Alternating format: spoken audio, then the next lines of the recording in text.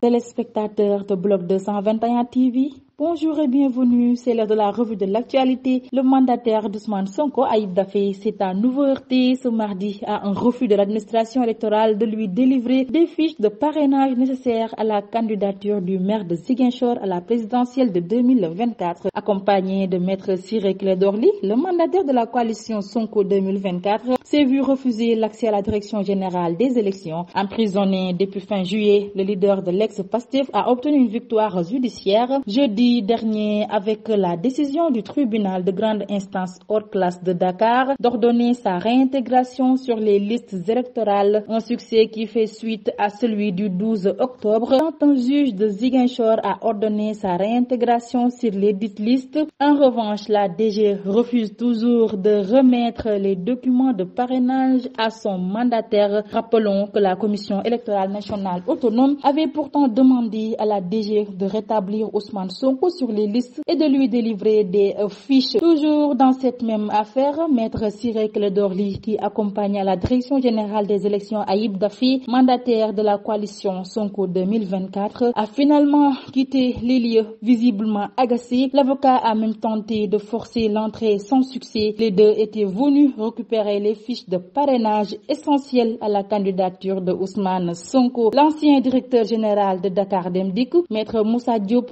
a été envoyé en prison suite à ses déclarations explosives à propos d'un contrat nébuleux d'exploitation d'une mine de diamants dans le nord du Sénégal impliquant le président Macky Sall, l'industriel Jean-Claude Mimran, son bras droit Mamadou Diagne Ndiaye et l'ancien ministre Ali Ngouille Ndiaye. Il est poursuivi pour acte de nature à jeter le discrédit sur les institutions de la République et diffusion de fausses nouvelles. Réagissant à cette affaire, le leader du mouvement Tekki, Mamadou Lamine Diallo, estime que l'avocat doit accepter qu'il s'est trompé. Le candidat à la candidature à la présidentielle de février 2024, qui s'est efforcé dans le réseau parlementaire pour la bonne gouvernance des ressources minérales, invite par ailleurs ses camarades députés de pousser afin d'acquérir la bonne information sur ces ressources naturelles. Sur l'international, près de 24 heures après l'explosion qui a fait au moins 14 morts et 190 blessés en Guinée, selon le dernier bilan communiqué par le gouvernement, un immense panache de fumée sombre flotte toujours au-dessus de Conakry. Des rescapés ont été accueillis sur l'esplanade du Palais du Peuple. Certains ont été orientés par les autorités vers ce bâtiment qui abrite l'Assemblée nationale. C'est ici que Fatoumata Camara a dormi à même le sol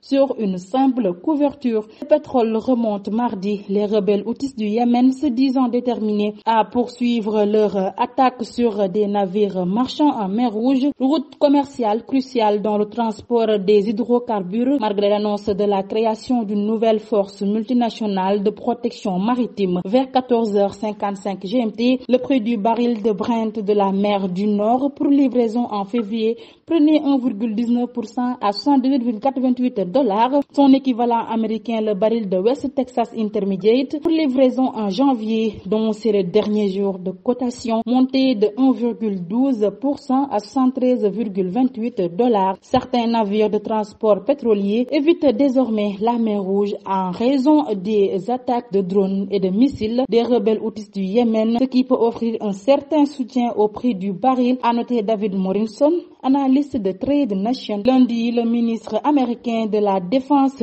Lloyd Austin a annoncé la formation en mer Rouge d'une coalition de 10 pays afin de faire face à ces attaques répétées. En sport, nommé sélectionneur de l'équipe nationale féminine de basket au mois de novembre dernier, Alberto Antuña Leal sera à Dakar vendredi prochain. Cette visite sera l'occasion pour le successeur de Moustapha Gaye de prendre contact avec la Fédération sénégalaise de basketball. En marge de sa visite à Dakar, Leal va tenir une conférence de presse samedi prochain à partir de 11h, informe un communiqué l'instance dirigeante du basket sénégalais. Pour rappel, le nouveau patron du banc des Lions avait conduit l'Ouganda à l'Afrobasket 2023. On connaît désormais l'affiche de la finale de la 20e édition de la Coupe du monde des clubs qui opposera le club brésilien de Fluminense à l'équipe anglaise de Manchester City aussi après la qualification de Fluminense qui a battu 2-0 Al Ahly lundi dernier. Le champion d'Europe en titre, Manchester City, a remporté une victoire convaincante contre les Japonais d'Urawa Red sur le score de 3-0. Vendredi, les deux